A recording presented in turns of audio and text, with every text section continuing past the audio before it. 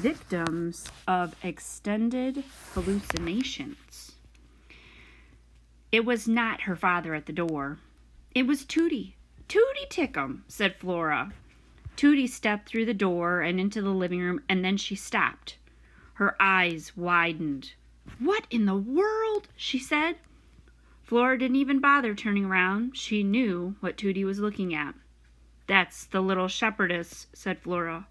"The guardian of lost sheep and light, or something. She belongs to my mother."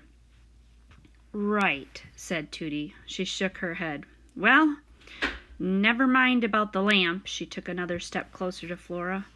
"Where's the squirrel?" she whispered. "Upstairs," Flora whispered back. "I've come to check and see if what I think happened yesterday actually happened, or if I'm the victim of an extended hallucination." Flora looked Tootie in the eye. She said, "Ulysses can type." "Who can type?" said Tootie. "The squirrel. He's a superhero." Tootie said, "For heaven's sake, what kind of superhero types?" It was a good and also slightly disturbing point. How exactly was a typing squirrel going to fight villains and change the world? "George!" shouted Flora's mother. "It's not Pop!" Flora shouted back. "It's Mrs. Tickum." There was a silence from the kitchen, and then Flora's mother came into the living room with a big, fake, adult smile plastered on her face. "Mrs. Tickum," she said, "what a lovely surprise. What can we do for you?" Tootie smiled a big, fake, adult smile back. "Oh," she said, "I just came to pay Flora a visit." "Who?" "Flora," said Tootie, "your daughter." "Really?" said Flora's mother. "You came to see Flora." "I'll be right back," said Flora. She ran out of the living room and through the dining room. "What a truly extraordinary lamp," she heard Tootie say. "Oh, do you like it?" said Flora's mother. "Ha!" thought Flora. And then she was out of the dining room and into the kitchen. She ripped the paper out of the typewriter and looked down at the words. They were absolutely not a hallucination. "Holy Bagumba," said Flora. A loud scream echoed through the house. Flora took the paper and shoved it down the front of her pajamas and ran back into the living room. Ulysses was sitting on top of Marianne. Or rather, he was trying to sit on top of Marianne. His feet were scrabbling to gain purchase on the little shepherdess's pink-flowered lampshade. He paused in his efforts and looked at Flora in an apologetic and hopeful way, and then he returned to wobbling back and forth. "Oh my goodness," said Tootie. "How did it get in here?" shouted Flora's mother.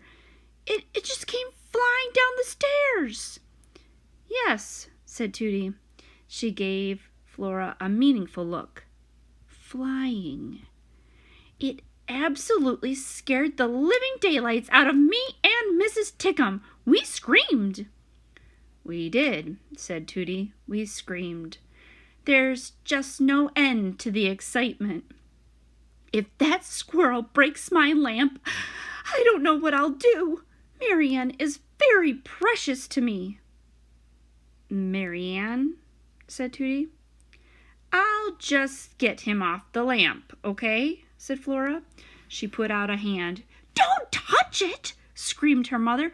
"It has a disease." And there's Ulysses on top of the lamp.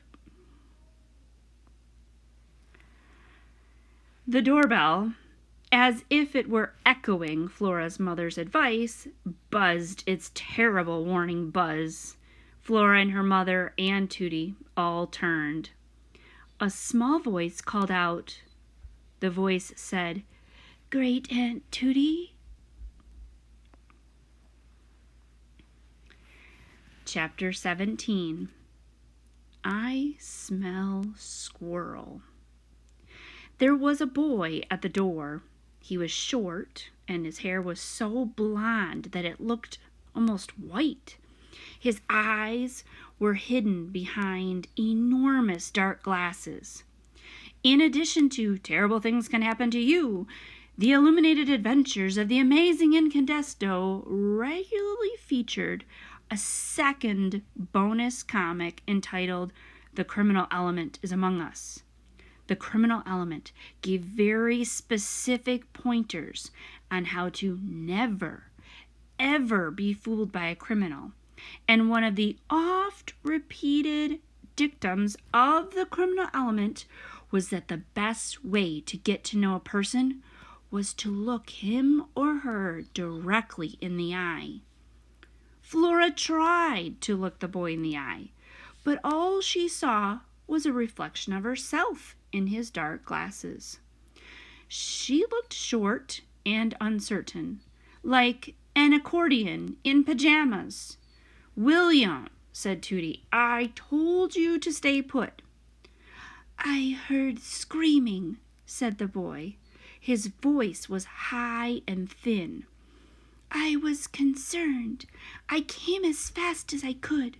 Unfortunately, on the way over here, I had a small but extremely violent encounter with some variety of shrub, and now I'm bleeding. I think I'm bleeding. I'm pretty sure I smell blood. But no one should be concerned. Please don't overreact." "This," said Tootie, "is my nephew." "Great nephew," said the boy. "And I hope I don't need stitches. Do you think I need stitches?" "His name is William," said Tootie. "William Spiver, actually," said Tootie's nephew.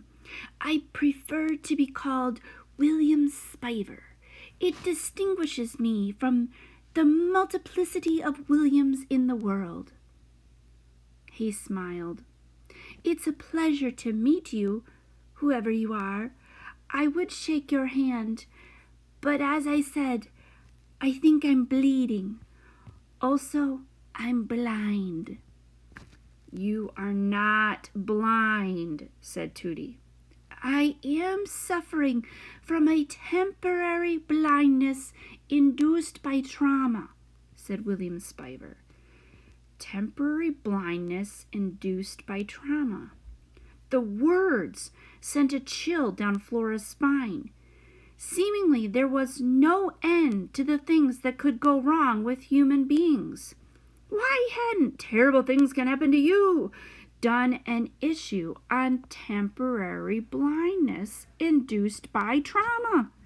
Or for that matter, one on extended hallucinations? "I am temporarily blind," said William Spiver again. "How unfortunate," said Flora's mother. "He's not blind," said Tootie. "But as of this morning, he is staying with me for the summer. Imagine my surprise and excitement." "I have nowhere else to go, Great Aunt Tootie," said William Spiver. "You know that. I am at the mercy of the winds of fate." "Oh," said Flora's mother. She clapped her hands. "How wonderful! A little friend for Flora." "I don't need a little friend," said Flora. "Of course you do," said her mother. Stay tuned. We'll have more in a bit.